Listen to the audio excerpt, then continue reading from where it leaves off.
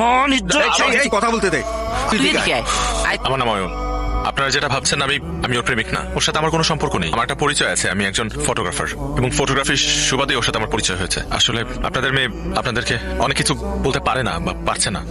ওর হয়ে আমি আসলে এই কথাগুলো বলছি যে গত 3 দিন আগে ওর সাথে একটা ঘটনা ঘটেছে খুব বাজে। সেটা হলো যে ও একজনকে ভালোবাসতো এবং সে ভালোবাসার মানুষের জন্য আসলে পালিয়ে গিয়েছে, কিন্তু দুর্ভাগ্যবশত ওর ভালোবাসার মানুষটি ওর সাথে অন্যায় করেছে, ওকে ছেড়ে চলে গেছে, আসেইনি। ওই সিচুয়েশনে গত 3 দিন ও আমি ওনাদের বাসায় ছিলাম।